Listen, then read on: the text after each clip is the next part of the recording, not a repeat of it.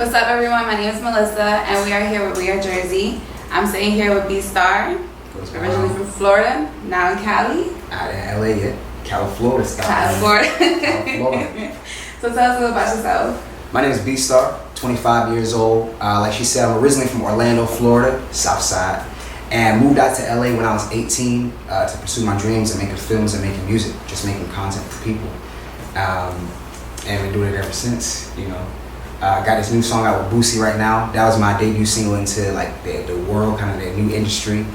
Tweety, it's out now on all streaming platforms, and the music video is out now. Just cracked 1 million views and counting. So that's really exciting too. That's really exciting. That's a real accomplishment. Thank you. So let's take it back to when you first moved out to California. What was that experience like?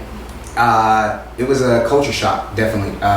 Being from Florida, it's slow, it's more conservative. And then you get to LA and it's very liberal, very like, you know, free. Like there's a lot of difference, you know. So that was a lot to get used to at first, but it was cool. You know, I adjusted and like kind of got my little city vibe. Being from the country, moving to the city, got into my little city vibe. So that was a lot of fun. Kind of getting to finish growing up in LA. A little bit challenging because LA is like a big city, so it's a little bit expensive, but you know, you make it happen. You stick it and you make it happen. That's right. And so what would you say one of the biggest challenges were coming out to California so young and trying to pursue your dream? Biggest challenges being young, moving to California is definitely discipline. Right. As a young person, when you move away from mom and dad, they're kind of like that discipline in your life.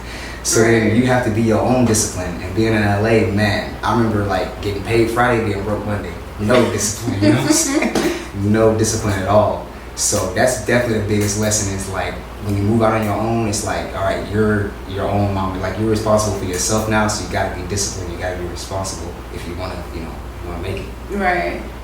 So on to Tweety, featuring Boosie. How did that happen? How did that all come about?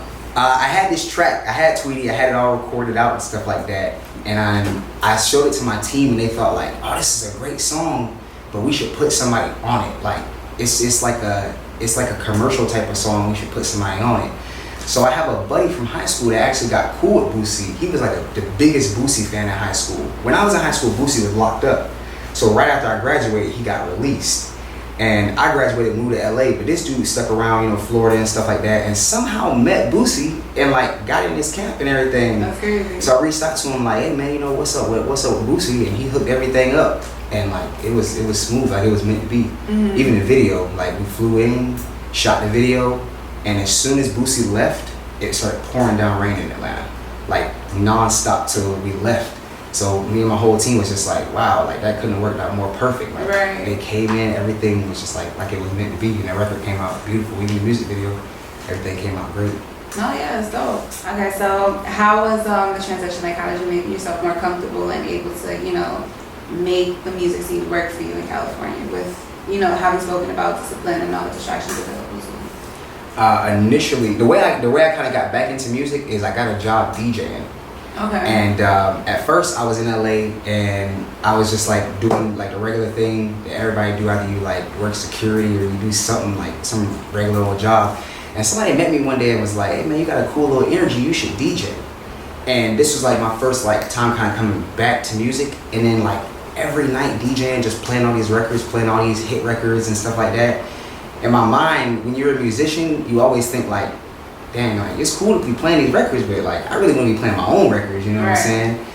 And that's kind of how I got back into music. And that's also how that also really helped me adjust to the city, because somehow, by the grace of God, you know, the DJing paid more than what I was doing before.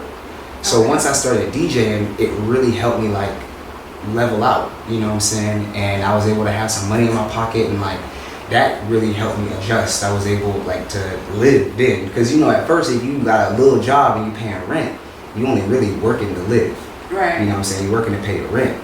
But then once I started DJing, I had a little money, so I was able to like move around the city and meet people and go to bars and like go out and network and stuff like that. And also I had turned 18. I turned 21 by that time. Moved out at 18, so I wasn't even old enough to really do nothing. But by the time I hit 21, I had me a little money, and you know, and it was just rolling in.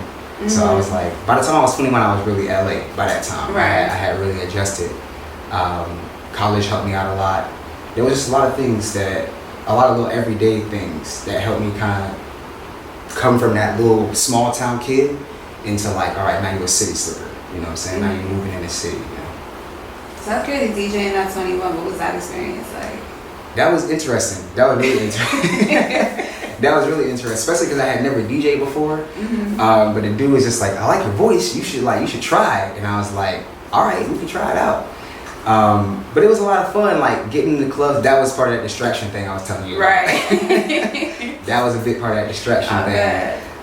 But no, DJing in clubs and like getting to move around. I had one little home club in Hollywood I was DJing at, and I got to move around a little bit and DJ at some other little clubs and do little parties and stuff. So I was DJing for probably about 5 years in total in LA, from like 20 or 19 to like 24 before I like started to get serious. Like, all right, man, let me do my music thing now. Let me do my art now. So then doing your music and your art, that's pretty recent then, right? Yeah, it's always been going on, but not like at a serious level that I should have been taking it at. Right. It was like something that I recorded a song here, like made a little video here, and then I would watch it for myself, but be like, I'm not gonna put this out to anybody, but I like it, you know, just for me. But then eventually I was just like, I think it was like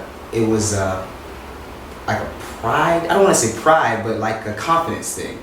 That's what I had to gain too. As an artist, you definitely have to gain a level of confidence, because it's a real vulnerable thing, like putting something you create out of the people, and them trolls, boy, especially on social.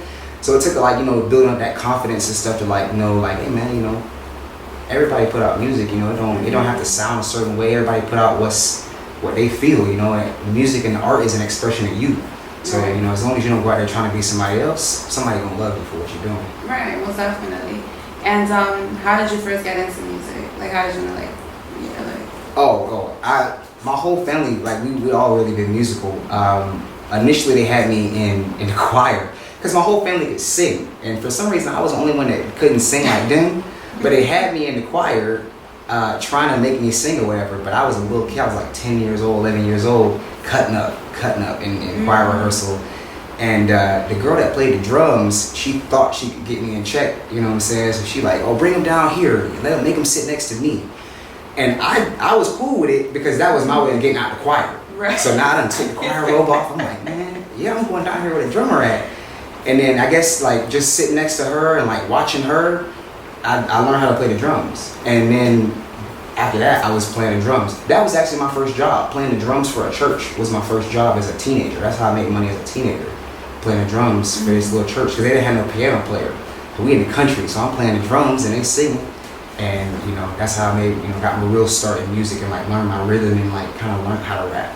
You know, and then we got in high school, and we all in high school at the lunch tables, freestyling and stuff like that.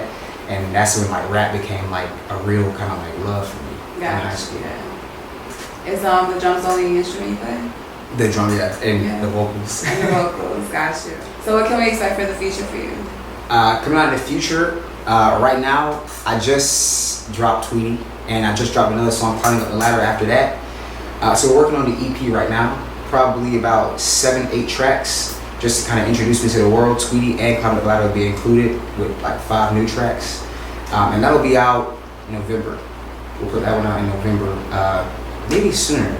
I really wanted to put it out in September, but all the COVID kind of stuff happened, and like I had to kind of readjust everything.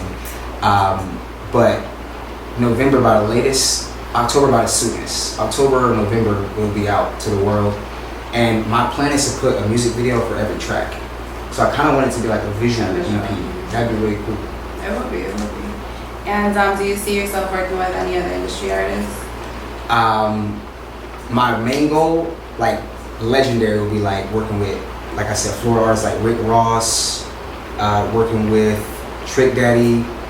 I would love to work with T.I. Right now, I would love to work with, like, I know she's real big. I would love to work with Meg Thee Stallion.